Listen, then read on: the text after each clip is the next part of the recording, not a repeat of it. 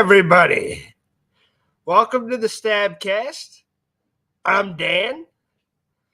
Looks like I'm riding solo today so far. We'll see if we have any special guests, enter throughout the day. But we're here to talk a brand new movie and something Holy shit! Happy Halloween! Happy Halloween. Anywho, everybody. Happy Halloween. Anywho. You look fucking scary in that thing. Great. Can you put it back on for a second? Of course. I wanted to get a straight shot. There you go. We gotta get the hair up. Let's get you in the frame. The hair is what makes it. Yeah. Oh my God, Jesus. Yeah. Yeah. There we go. I'm scaring the crap out of trick-or-treaters because spreading love. There you go. Hi guys. All right, we got a good look. Yeah, I'm scared.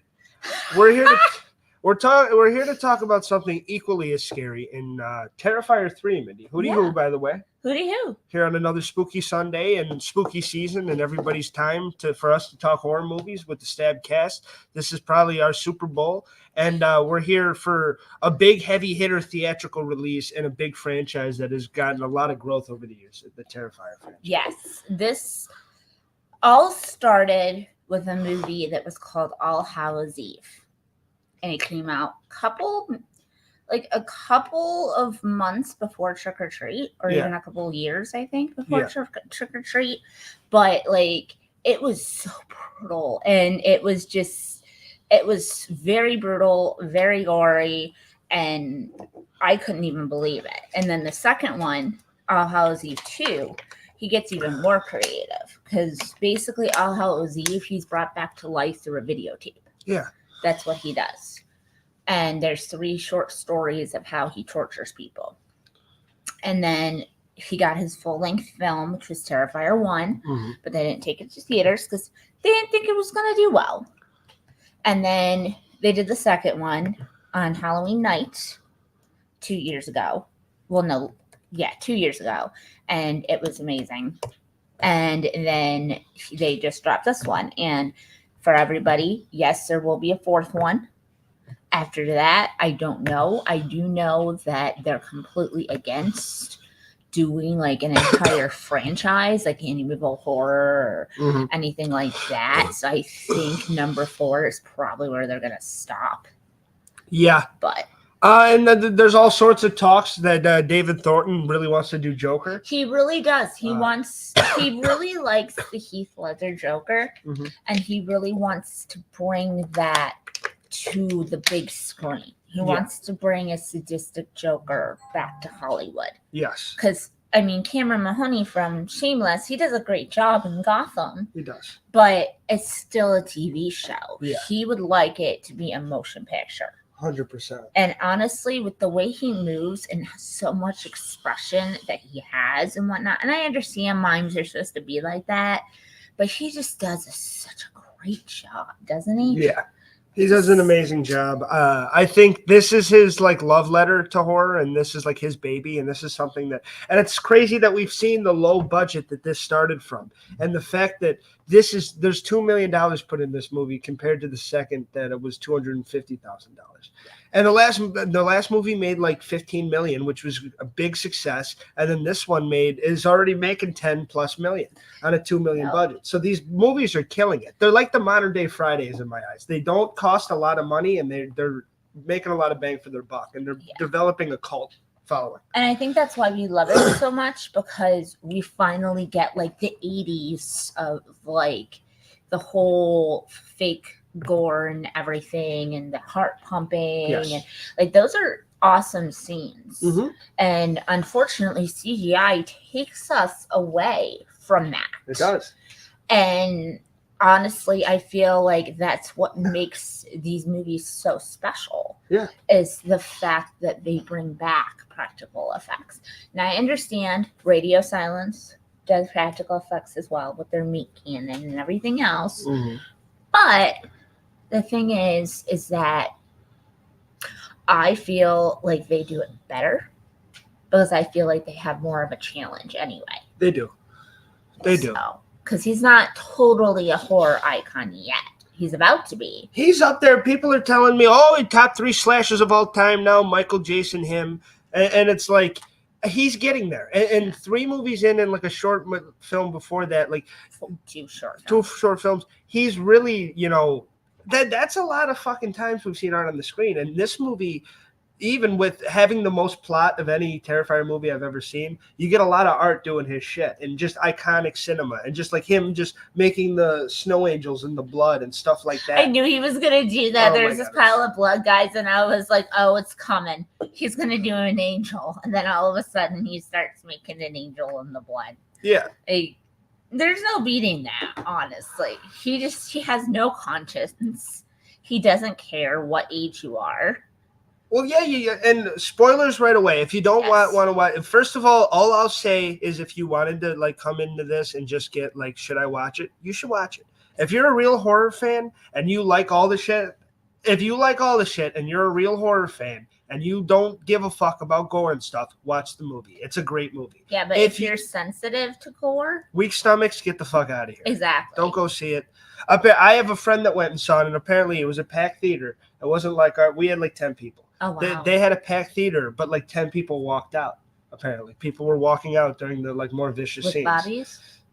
Huh? Yeah. Oh, wow. People walked out of his viewing of the movie, like specific, like right at the beginning when they start killing the kid, when the kid gets hacked up, and then they hear it and stuff. That people start walking out. Yeah, so there's like a lot. This movie doesn't work for a lot of people, but if you're a horror fan that likes the gore, blood, and is pretty desensitized to this shit, I think you would love this pretty big. Absolutely. Like if you're used to blood, guts, gore, and even self-harm and whatnot, you will love this movie. If it makes you squeamish and stuff, you have a weak stomach, or maybe you have PTSD with that, don't watch it.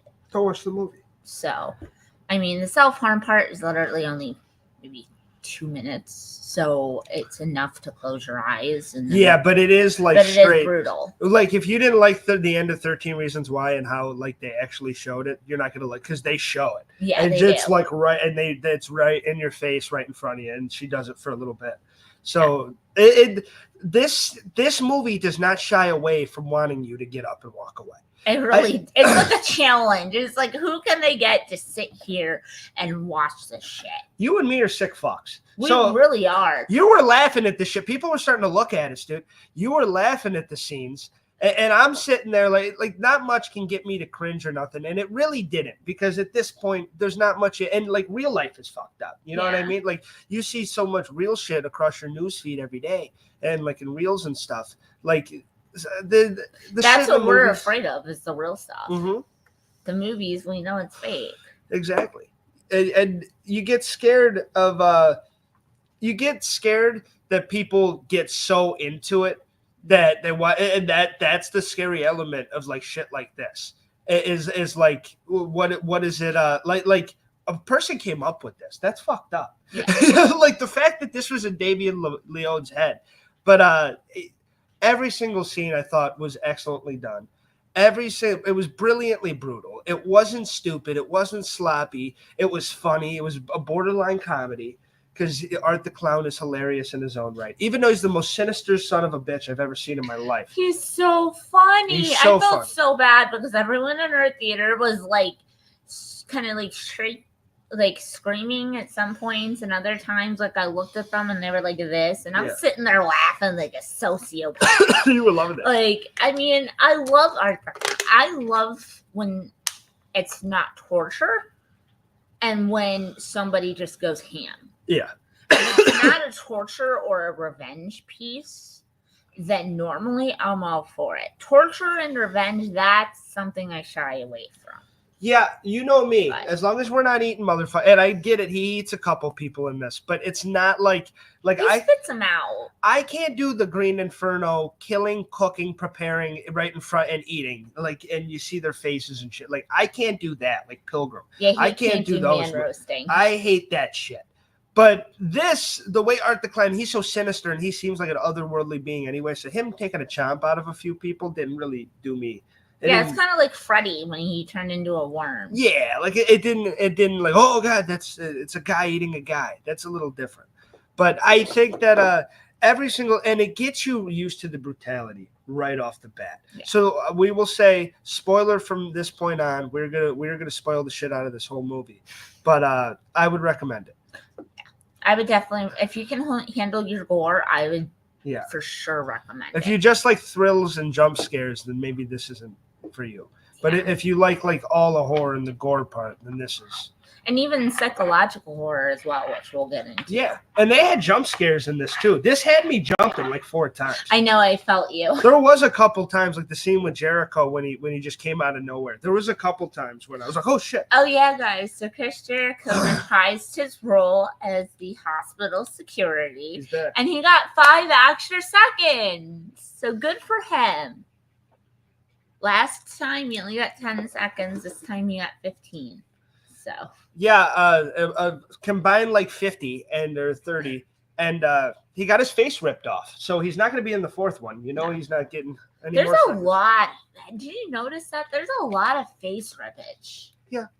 In this movie. There's a lot of body parts just exploding and getting broken, especially now that he does the nitrogen thing. Oh my goodness. He found liquid nitrogen, guys. Yes. And he loves it. Yeah. It's like his brand new toy. Just every single, when he did it to the other rats, and then he's like hanging and it's blown up, and he's like, ee, and then he throws it to the rats. It's like, what are we fucking doing? He says so much though without saying a damn word. Talk a little bit, because you talked a little about the real scene that can be uncomfortable. Talk about the host a little bit and what the host is for the girl. Girl. Okay.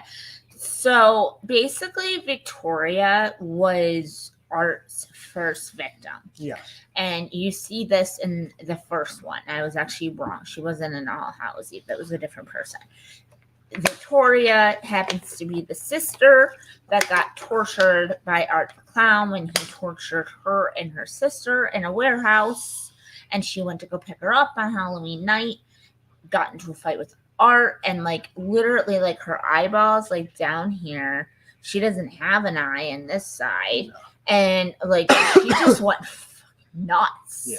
And what happened with the second one is that and it actually happened in the beginning of the first one. I just think they all kind of, except for the third one, I think they kind of went back to back. Yeah. But she catches the news lady saying mean things to her, and she basically chews her head off.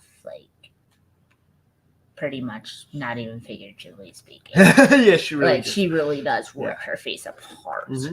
And she's even eating her and stuff. So they take her to the hospital. They take her to the mental health wing and whatnot.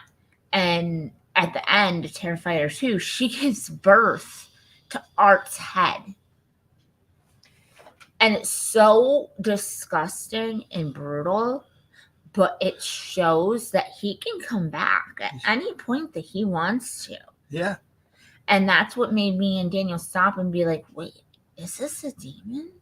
Is it an entity? Because this definitely isn't just a guy. No.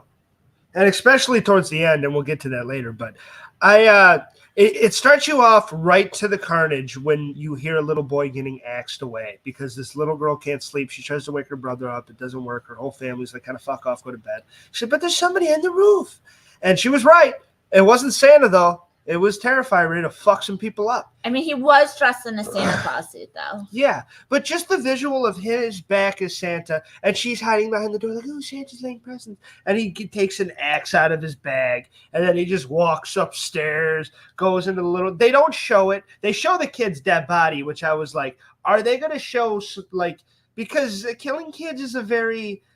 That's a touchy subject, even for horror. And a lot of people don't go there. We've seen Jason Voorhees walk right past a kid, look at him and no, I'm even above this. Even Michael Myers, he'll go right past the kid. Chucky himself even said, unless the kid's over the age of 6, don't touch him. Yeah. So they have rules. Now, Freddy's a little more fucked up. And there is a couple more fucked up. And there are horror movies that cross that line. But this one is, it goes over the line. Yeah. And it really, and it kind of like shows you right away, we're not fucking around. And when you hear like the little kid, he's like, "Oh, I told you not to wake me," and then and he's screaming, and you just fucking, and all you hear is bloodshed. How did their parents sleep through that? Well, the That's guy what had to I get up wanna in 3 know. hours. He had to get up for work. He was trying to block. Yeah, but why didn't the mom get up? She finally got some shut eye. You know, I mean, being a parent is hard. Those are two little kids. They were trying to get some sleep. I don't blame them. I don't know. It's just mom seemed to be too light of a sleeper to me to. The have kid was that loud happen. screaming. You're not wrong. The kid was Yeah. fucking loud. So I'm just surprised that they didn't find out. But and then the way he kills the mom and the dad right away, just you know that this is going to be brutal. This is going to be raunchy, and this is like setting the tone for the rest of the movie. Exactly. And yes, it gets way more fucked up, but it does kind of show you that it's like we're not above anything. No. And like the fact that tell the idea for the little girl at first, because we don't really get to see what happens to her. He finds her, waves at her. We assume she's probably gone, but so in the trailer, in the very first trailer that they released for this, maybe 6-8 months ago, something like that. Right. It was Art dressed up in the Santa costume, and he's putting away presents, and the little girl goes, "Santa!" And then the next thing you know, Art is eating himself some flesh cookies. The little girl is dead, and he's drinking her blood like it was milk. So they didn't go that route. Yeah, thank God. Thank God they didn't go that route, because I made think it. that would have been a lot worse. Whether she made it or not, I just feel like that would be a lot worse. Yeah. If that's what happened. I think so.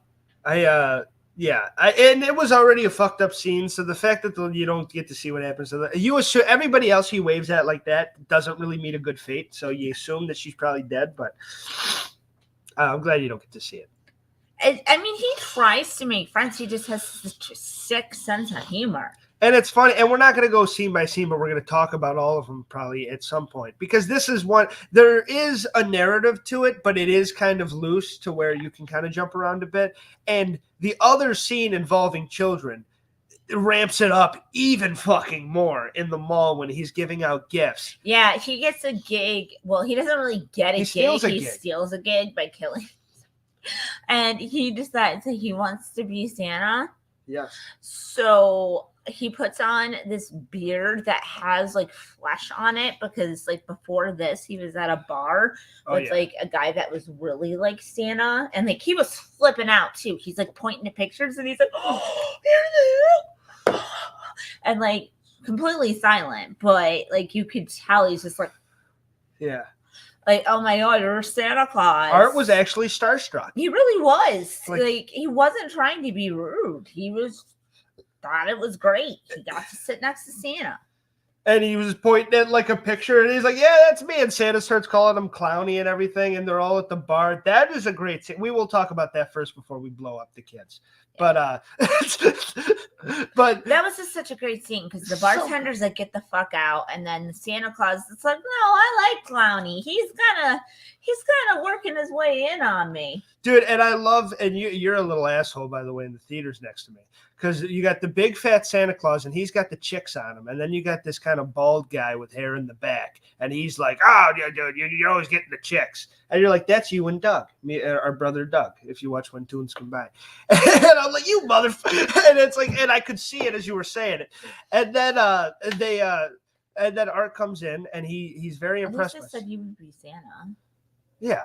And he was the good looking one of the bunch. Yeah, but Santa doesn't neither of them end up with a good, at least Doug just gets shot in the head. I get fucking frozen, my fist fucking hammered.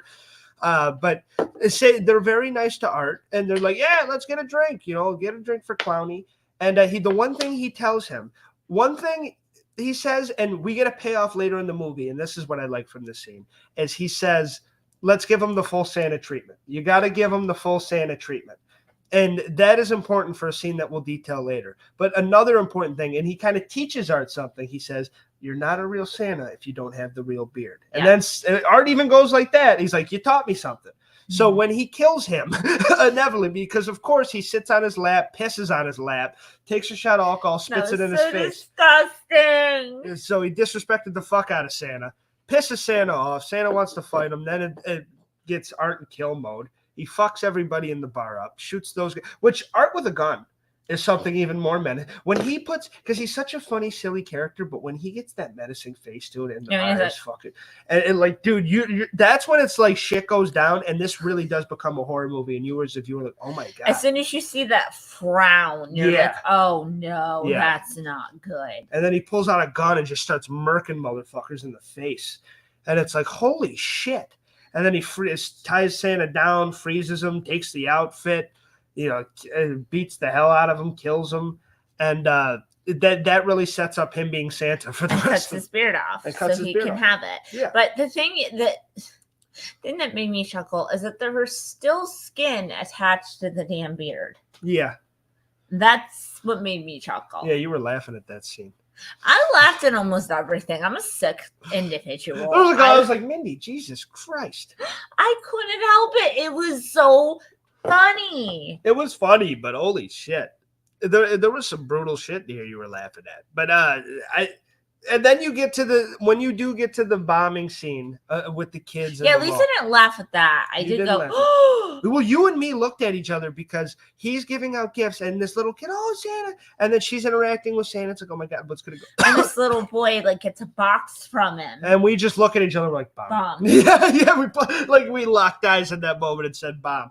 And then he starts to, and the guy, they were talking about the Santa's name being Bill beforehand. And the elf comes back and the security guy's like, what's wrong with the Santa? And the guy's like, that's not Bill. And then it just fucking goes down. The kid opens the gift and boom, the fucking mall. And Art's just sitting there. Oh. And his mannerisms are what makes it. Because when he's in the chair and the security goes, you're not supposed to be here. He's like, oh. And he's like, oh, I'm sorry. Like, you're going to throw me out? Yeah. And then he's like, no, I don't. And he's just so good at shit like that. And there's carnage going around and this clown's just making, or mime, but he's just making fun, like motions. He definitely took to heart what a mime is. Yeah. Definitely. Or mime, sorry. He definitely knew what he was supposed to do, and he definitely understood the assignment. Yes. I will have to say that. Yes. He did a fantastic job. I think that it is very difficult to act without having words. Because I've even had to act without words before, and it's hard. It's really hard. Especially when you're doing stuff like he was doing. Come on, you can't tell me he didn't want to laugh. But he stayed true to his character, and he did not make a peep. No, it worked. It really worked. And Victoria was, like we told you, was his vessel, so she actually spoke. And it was weird because it was the man's voice, so it kind of made us think that it was Art's voice. Well, and it was, especially at body. The end. At the end, it was. Yeah, at the end, it definitely was. But we don't know that until the end. Another one of the vicious, and even my buddy was like, the one scene I could do without is when they get found later, because when they first escape, Art and her go to this old house, and he sits in the attic and kind of looks out this window, and then she does the whole wrist slit job and in the bathtub. And trigger warning. She self-harms herself and kills herself in the bathtub. Yes. Which, I mean, she doesn't kill herself because she's not dead, but she definitely self-mutilates. So if that's something that is sensitive to you, that's an eye cover moment. Yeah. And then she sits there, and they both have cobwebs over them, and these two contractors find them later, and they're like 5 years later, and wakes them up. And then we're kind of reunites the story in present day.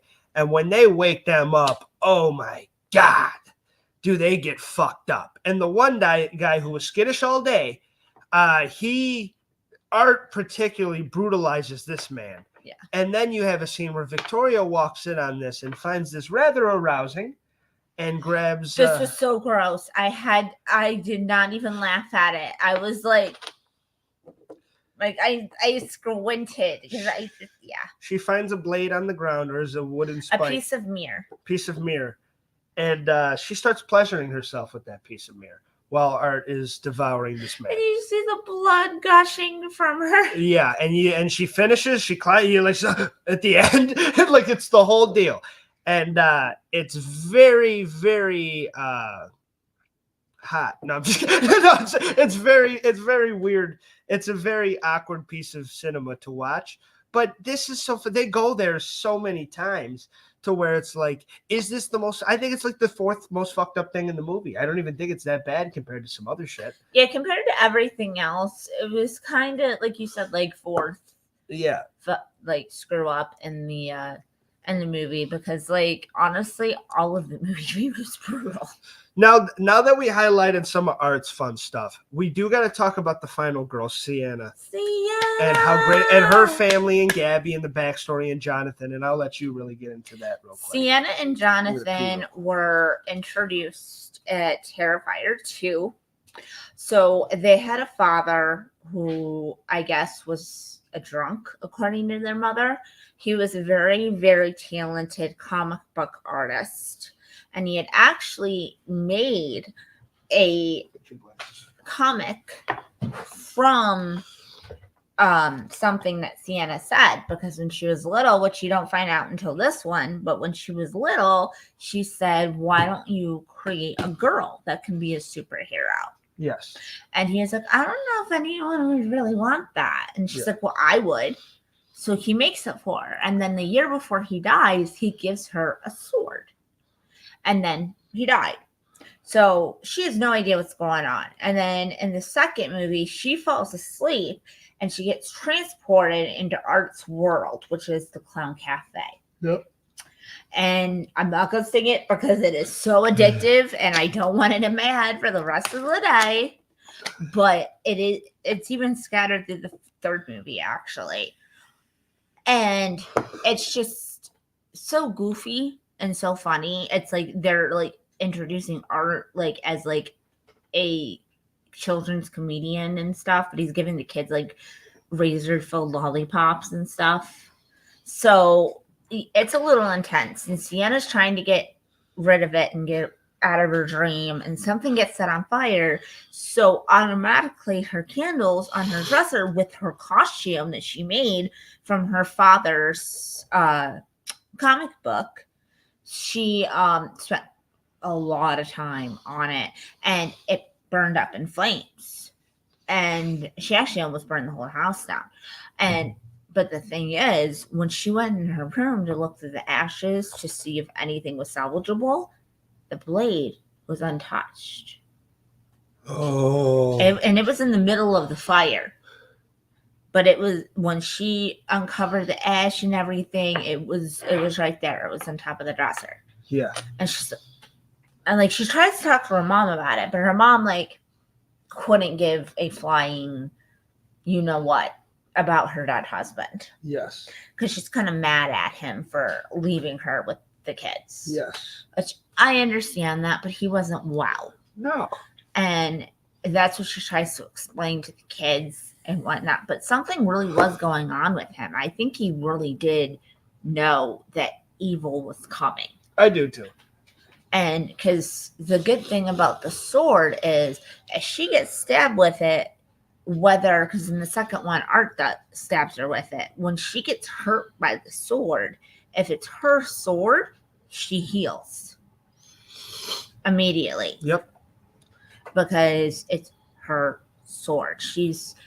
They later on say what she is in the third one, which she's a spiritual warrior. Yes. I guess she's the one that has the power to take Art down. Yes. But I mean, and I like that dynamic. No, it works. Between the two of them. It works having a Wonder Woman-like character in this fucking universe. I think she's the perfect final girl. This is the perfect backdrop. And she cried, but she didn't whine. Yeah, and the whole, because my final girl victim, especially in a sequel, being, oh, she's kooky. Oh, she's in and out of mental asylum. She's taking meds. It's such a fucking trope. We've seen it in every fucking movie. So many movies. It was the plan for the second Friday until she dropped out. Everybody was going to, or the third one, everybody was like, that is the trope for horror final girls. Yeah. They always have a mental thing afterwards. I like how they still kept her on top of shit throughout the whole time. And she was losing it. She had every right to fucking lose it. She was getting haunted kind of the whole time. Yeah, because she was losing it, but she was right. Yeah. Most of the time, except for, oh my God, the dinner. Oh, yeah. There was a dinner scene Chinese with her. Chinese food. It was with her, Gabby, who's her niece, or cousin, I think, her aunt and her uncle. Yeah. And they're fine and whatnot. And all of a sudden, we hear a voice that says, pass the salt. Yeah. And Sienna and everyone else is ignoring that voice. So we're like, what's going on? Pass the salt. And like she says it, rice, no salt. Oh, yeah, pass the rice. Rice. Yeah. Pass rice. the rice. Pass the rice. Yeah, so like she finally freaked out and started screaming that. And she's like, you know what, Sienna, it's all because of you that I'm dead. Because it was her friend Brooke that got killed in the second one. Yes. And she's like, it's all your fault. I can't believe you would do this to me. You sent me to hell. And yeah. Which those scenes we've seen a lot in movies too, but it really worked in the context of this one. And how bloody and fucked up she looked, because art victim usually doesn't have much left of them by the end of it. Oh. And she had no face. She still talked though. She still talked. She could eat rice. That's for damn sure. Because she wanted to. That's why I was like, pass her the rice, just subtly. I thought they were going to do a subtle, but she got up and stormed off anyway. Talk about her relationship with Gabby a little bit and how important that is. So Gabby really looks up to Sienna because we find out that she wasn't in a mental institution for 5 whole years. She was actually only in it for 2. Yes. And she did spend 3 years with her aunt, her uncle, and Gabby. And Gabby, for some reason, just worships the ground that Sienna walks on. She loves her. She thinks she is the greatest superhero since Superman. Yep. Like, she asks her about her scars because she's fascinated with them. And I gotta give it to Sienna. For someone that's went through that, to be able to sit down with her younger cousin and explain to her what's going on, that was really powerful for me, especially because the little girl breaks boundaries and reads Sienna's notebook after she's specifically told not to touch it. Yeah. She does it anyway. And Sienna easily could have like beat her ass. Easily. But she stopped. She was about to, and then she stopped. And she's like, why would you, how much did you read? And she's like, all of it. And she's like, oh my God, I told you not to. Why do you listen? Yeah. And she's like, I'm sorry. I just wanted to know what happened to you. So, like, there's a lot of things that happened after the 2-year anniversary, I guess. She probably snapped. Yeah, she's all fucked up. So, and then baby boy Jonathan, that she was so determined on protecting, he was on the he was in college because they skipped 5 years ahead. So instead of being a freshman in high school, he was a sophomore in college. Very dorky, but he was anyway. So I can't really rely on that. But he's kind of trying to forget everything. He's trying to grow past and kind of live a normal life. Yeah, like for the first couple years, and he even admits it, for the first couple years, he did play into it. But after that, he's done. He doesn't want to do it anymore. Yeah. So she's like, oh my God, I lost an ally. Like, I lost the only person that knows what's going on. Yeah. And so she gets back home and whatnot. Her and Gabby are hanging out because Gabby's practically up her ass. Mm-hmm. And the one thing that family doesn't know is Sienna still has her sword. Because she wrapped it up, put it under the Christmas tree for Jonathan. Yeah. And let me tell you, the little girl's name was Becca. Oh, the little girl from the beginning? Or no. Abigail. Or no, Gabby. Gabby. Sorry. So Gabby, sorry guys, technical difficulties.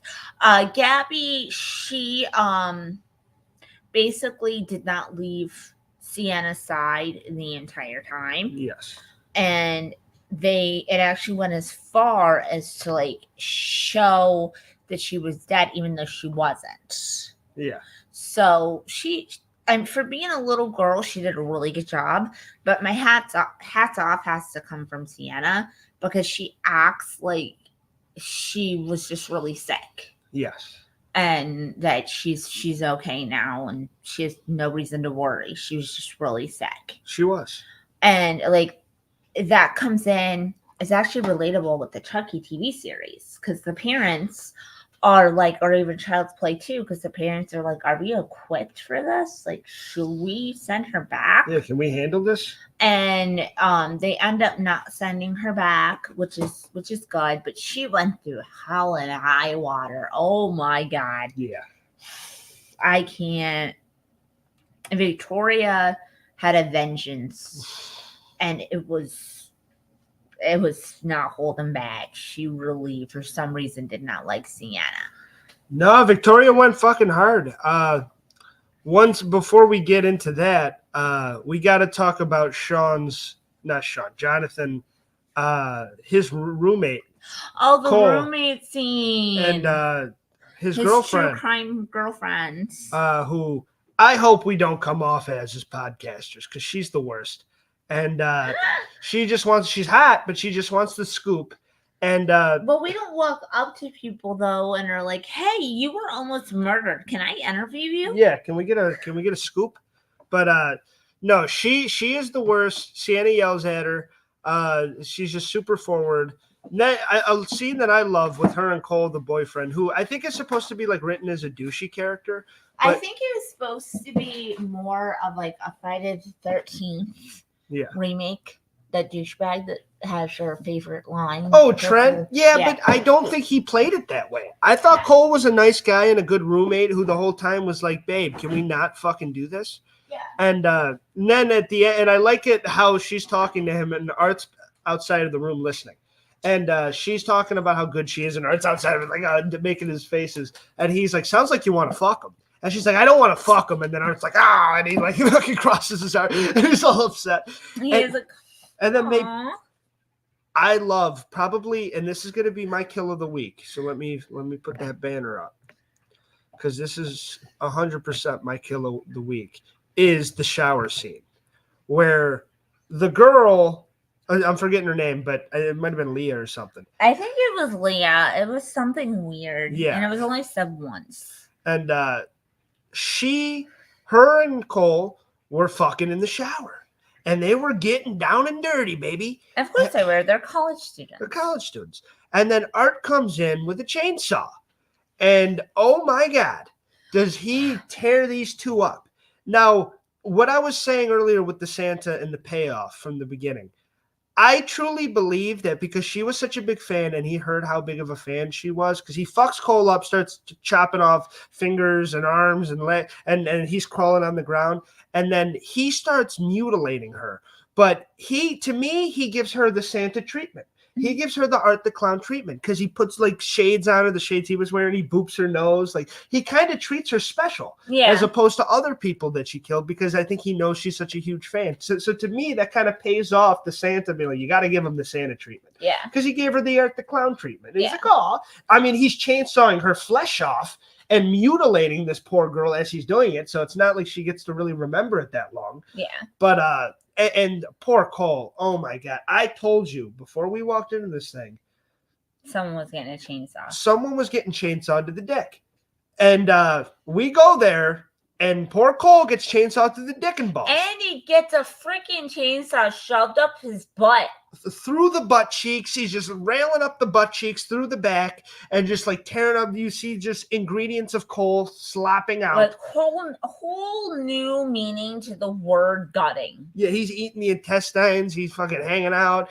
He's fucking, and that's the iconic scene of him in the Santa outfit doing snow angels in the blood. And I think that's one that's going to go down in history as like a scene in this movie. He's like, yes. Yeah, I thought that was a really nice one. I really enjoyed that. I liked that it was in Halloween time, honestly. I think it worked. Christmas, sorry. Yeah. I like how they went out of Halloween time is what I was meant to say. Yeah. Like I like how they focused on a different holiday this time. Yes. They were like, well, you know what? Let's push it with Christmas instead of Halloween. Yes. Let's go to a different day. They easily could have done Thanksgiving, but thank God they didn't because of him being I can't do any more. I couldn't do that. I can't do much more of this Thanksgiving shit. But what's your kill of the week? Is it anything at the end? So- Because we're getting there soon. My kill of the week is the end. Okay. Is at the end. Basically, Art and Monica have all of the family together, and they have a cage that has the rats in it. And Monica tells the mom, Victoria, tells the mom. Sorry, Monica was the TV's host. Mm-hmm. Victoria tells the mom, like, look, she's right there. When she asks where her daughter is. There's a skull in a cage with rats just gnawing on it. And like you're like, oh my God. And she starts freaking out because her daughter's gone. Yep. So she starts flipping. And then she's tied down because there's nothing she can do. So they take this, like, I don't want to say it was metal, it was plastic, I want to say, like heavy duty plastic. And like this big, huge, like tube like structure. Yeah, it's like a funnel. And they put her in her mouth. Not exactly a funnel. It works like as a tube, funnel. but it works as a funnel. Yeah. And what they did was once Art jammed it so far in her throat, there was nothing she could do to fight back. He gets a blowtorch and a mouse. Yeah, grabs the rats out of the cage that are gnawing on supposedly her daughter. And he stuffs the rats in the tube, grabs a blowtorch, heats up their asses so they start crawling down her throat. And you see the visual of blood fucking dripping out of her throat. She's got this tube. Before that, though, you can even see that the mice are in there. Yeah, you see them crawling around in her throat.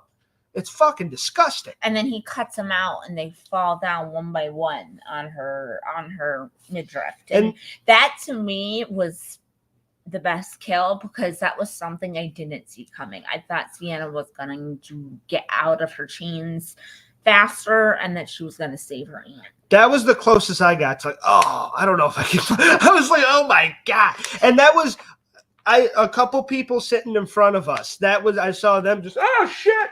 That was the one that I saw people turn away from. Because, and I hate to say it, guys, but I giggled. Yeah, you did giggle, you sick bastard. But it was tremendous, and I did really enjoy it as a scene, and it meant a lot because this is a character. The mom has just cared about Sienna. The husband was a little against it, which he got mutilated. And his head was the angel on the Christmas tree, but the mom was kind of Gabby's mom. She was good to everybody, and she was a sweet mom the whole time. And so you built up this character. Yeah. And this isn't like every other character, and not even just this movie, but the Terrifier franchise. Yeah. To where you're just killing these. Oh, you meet them in that scene and they're dead, you know, and stuff like. You built up this character to be a sweet character that we care about, and you're fucking her up in the worst, most disrespectful way. Yeah. And destroying this, and just like and it really works in the terms of a horror movie, and that's why this movie ramps it up more than 1, 2, and the rest of them. And then you find out from Monica, she's like, oh yeah, don't worry, that's not your daughter in there. Yeah. And she looks at Sienna and she's like, does he look familiar? Yeah. And she puts the glasses on him and she's like, oh my God, it's my brother. Which that one I don't like as much because that you built up that character too. So just to like, oh yeah, we killed him off screen. I feel so bad for him because he got killed off screen. He didn't really, maybe they were treating his character with respect by doing that, but they were also kind of like robbing us of that. So I thought it was a little lame for that, and it dropped it a couple points the whole movie because I thought Jonathan was like a compelling character, and I wanted to see him fight. And like when the uncle calls him and whatnot, and he answers, you can tell it's not him. Yeah, it's a demonic voice. So, yeah, it's good. It was a good movie, honestly. And then Sienna gets like Monica kind of treats her as like Jesus. Yeah. And puts a crown of thorns on her head. Yeah. And that's why Art smashes her hands and whatnot. But she still tries. Like, this girl has been through hell and high water, and she still tries every time. Yes. She gives it 110%. She fights her ass off. She's become one of my like top 10 final girls. Yeah. She's just. She doesn't scream. She doesn't whine. Like, she screams a little bit, but she doesn't whine about it. We don't get the usual. Yeah. Like, she is out there ready to fight. She can hold her own. Like, she sees him and she's like, let's go. Because that blade, even though it heals her, it's the only thing that can kill him. So, that's why it's so important that she uses that. But honestly, the dad being the Christmas tree hopper, at least he wasn't Christmas ham. Yeah. That's all I'm going to say. I agree. I'm very thankful for that, because when I saw the dad wasn't there, it's like, oh no. Oh no, we're going to have a repeat of Into the Dark's Thanksgiving. Oh no. And then you see the tree and he's the tree topper, and it's like, oh, okay, never mind. Thank God. Thank God. He was just a tree topper. He's not going to get eaten. I really enjoy the fight scene at the end and her really fucking coming to the odds, and then the whole scene with her dad in the comic, and he's like showing her the artwork of the hero, and her really like, and then her having the sword and fuck it, like that is like final girl shit, and that's when she really stepped up. And the fact that she went back, found the sword, and wrapped it up for Jonathan, and then the reason she ended up getting it is because Gabby's a snooper. Thank God for Gabby. Thank God she did, because she opened it up and looked at it. Thank God, and saw what it was. So when she was getting treated badly or whatnot, she asked if she could open a present, and if Sienna could open a present, and they're like, yeah, which one? And she specifically said the one that she knew was the sword. Yeah, because they had a knife to her throat, like treated badly. They were about to kill her. They were about to gut her. And it's crazy because Gabby, I'm mixed on this character. Really, I thought the actress did a really good job of being like that innocent little girl that really you don't want to see get killed. She has such a smart moment in that scene, and she's so brilliant when she has her unwrap that and she has the sword. And Gabby really proves, oosh, this is a witty kid in this movie. Not fucking 2 minutes later, do you have the big scene of fucking Sienna's fighting Art. Victoria's kind of dead, but she's melting into the ground. Like acid. And smoke is coming around the ground. And Gabby's sitting there, and she's looking at her mom, and she's like, Mom, wake up. Your mom has a tube in her fucking throat. Her throat is open, and she's dead. You know she's dead. You can see she's dead. And she's sitting on her knees, just looking at her mom, watching the smoke fucking just go around her. Run! Yeah. Fucking go. Get leave your ass up and leave. And so then the ground falls in, and she starts to fall down this like portal, and that's what leads to the end of the movie. And she has every right to fall through that. Fuck her. She deserves to fall through that. She should have recognized, like, I know it's just the movie building it up and her, like, to make it scarier, but she's watching it happen. I get being petrified, but you just proved that you're witty. Get the fuck out of there. I really liked that falling into the pit scene, though, because Sienna made the ultimate sacrifice that a lot of people wouldn't make, is by, like, instead of just reaching out her hand because she knew it was going to work because there was so much blood on it, she reached out the sword and had Gabby grab the handle of the sword, and she tried to pull her up. Still couldn't do it, but I couldn't imagine the agonizing pain she was in, because she's literally holding this blade. Yeah. That's cutting through it. And then all of a sudden, Daniel didn't realize this, but all of a sudden, like, the thing just like swoop, and it's like, oh yeah, sorry, her sword can heal her.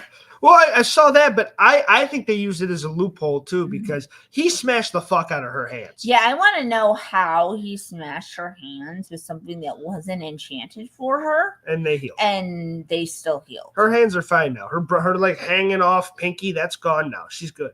Yeah. So that was a little, but it's like, yeah, I was fine. If that's the biggest fucking loophole or like plot hole in the movie, then that's not bad. And they did a great job aging her 5 years. Yes.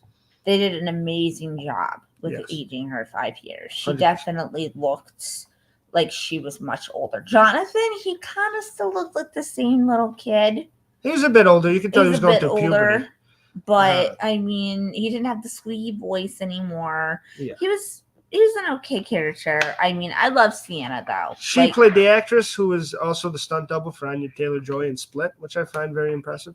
She really cemented. She's going to get more shit after this, unless she's blackballed for being in such a fucking crazy movie. But I don't think so. I think she's going to get a lot more leading lady roles, and I think that she knocked out as. The two things that make this movie work exponentially are Art and her, and both of those things rail on 100%, 10 out of 10. Yeah. If we're giving this movie a rating, I would give this 8.5 crazy clowns out of 10. And I'm going to agree with Dizzle here because, I mean, there are some loopholes, there are some plot fails. Yeah. But, like, the hand healing and everything. But it does an amazing job. It's a roller coaster of emotions. Yeah. And he doesn't say a word. And you just feel all this emotion coming out of yourself. And it's like, oh my gosh, he's not even talking. Yeah. The only things, like I said, the only knocks against it are that little, like, killing Jonathan off screen. I think that could have been handled different, even though that was, like, impactful for Sienna putting the glasses on him. And like I said, Gabby's kind of lack of intelligence in that moment. Besides that, this works as a perfect horror movie. Yeah. It has all the gore. It has all the kills. It's got all the plot. It sets up a really good final girl. You care about the other characters, and when they die, you feel bad about it. It has jump scares. It's creepy. Everything about this movie. If you're a horror fan, you'll really like it. I'm not a huge fan of this franchise. No, he's not. I was going into this being like, this is going to be another one. But this ramps up. It's a bigger budget. It's better acting, even though you got some of the actors from the second one too. It's a better plot. I think everything about this is just ramped up. Absolutely, because like the second one, their budget was $500,000 and they made 15 mil. This time they put more money into it. They put $2 million, and they're close to 10 mil. Actually, close to 20. They're close to 20 million now. Yeah, they're at 18.3, and that's with being banned. Yeah, in some countries. So whatever they're doing right. Yeah, and this is the new big franchise, and good for art and good for horror. I think this is a win for everything. And for it to come around this time of year, even though it's a Christmas-based movie, I think it'll go down. I think they did a really good taste. I think having it be Christmas. Yeah, and I think it beat Black Christmas is like a one to watch every Christmas. I think exactly. It's no longer our go-to horror Christmas movie. This probably will be. Yes. Any final thoughts on the movie, man? I honestly think that they could have let Jonathan fight more. Yeah. I was very disappointed with the way they handled his character. Mm-hmm. They didn't even let the two like say goodbye or anything like that. Yeah. And like in the second one, he's actually being whipped by chains that Art has, and she is trying her best to cover him, and she's half naked. Yeah. In this costume of hers, and he's wearing like a hoodie and pants and a jacket, and she's getting whipped on top of him, but she doesn't want him to get hurt. So she's basically like cradling him, being over him like he's a baby. And it's like, to me, that's what annoys me about this one, because that connection still should have been there. Yeah. I mean, I understand he moved away, wanted to get away from it all and whatnot, but like, you guys should still have some sort of brother-sister connection. Yeah. So that was my only part that I really disliked. I agree. I do think it was there in the scenes where they did have interaction, but there wasn't a lot of it. My final thoughts on this movie is that it's a really good horror movie. It's a really gory. If you can get past the disgust and everything, but that's what makes it brilliant. That it kind of blends that with a good plot that makes sense and means something at the end. And every single thing it builds up to a climax, everything that you need to make a great horror movie, this has, and especially a great slasher. This has all the carnage. This has all the plot. This has all the funniness. There's comedic moments. Art is hilarious. I think everything about this movie is good. There's a couple things holding it back from elite status, but 8.5, this is a really good movie. Yeah. And 8.5 ain't ass. You know, that's something exactly. That's something we hand out too often. I think the last time we did a really good review and gave someone like a 8 through 10 or whatever, I believe was Goodnight Mommy. Yes. And that's a great movie too. 2015 version though, not the Naomi Watts 2020 version. Yeah, fuck that shit. We didn't see it, but if Rotten Tomatoes score goes all the way from an 89 to a 32, that's just telling you. Exactly. All right. You want to tell us what we're doing next week? Next week, we are going to do, because we hyped it up for this week, but we saw Terrifier, so we could not do it. We're going to be doing Hostage. Yes. 2021, not the Bruce Willis movie. not the Bruce Willis movie, not the other movies. It's basically about this cheerleader and her family. And it even says this in the description, so I'm not spoiling anything. But it's about a girl whose kidnappers take over as her parents. Yeah. So it's very comedic. It's very dark. If you like dark, macabre things, definitely check it out. 100%. So, I mean, it's free. It's on Tubi. We try to, I mean, yes, we do pay for streaming services and whatnot, but we do try our best to make sure that you guys will be able to get a hold of it. Yes. And this one's one you can watch with us and check it out. So Exactly. make sure to do that. We kind of gave for the ones in the It crowd that saw the Terrifier this week. But yeah, go see Hostage and hang out with us next week. We'll see everybody next time. Let's get a big fat hootie hoo, Mindy. And we'll see everybody next time. Thanks for joining us.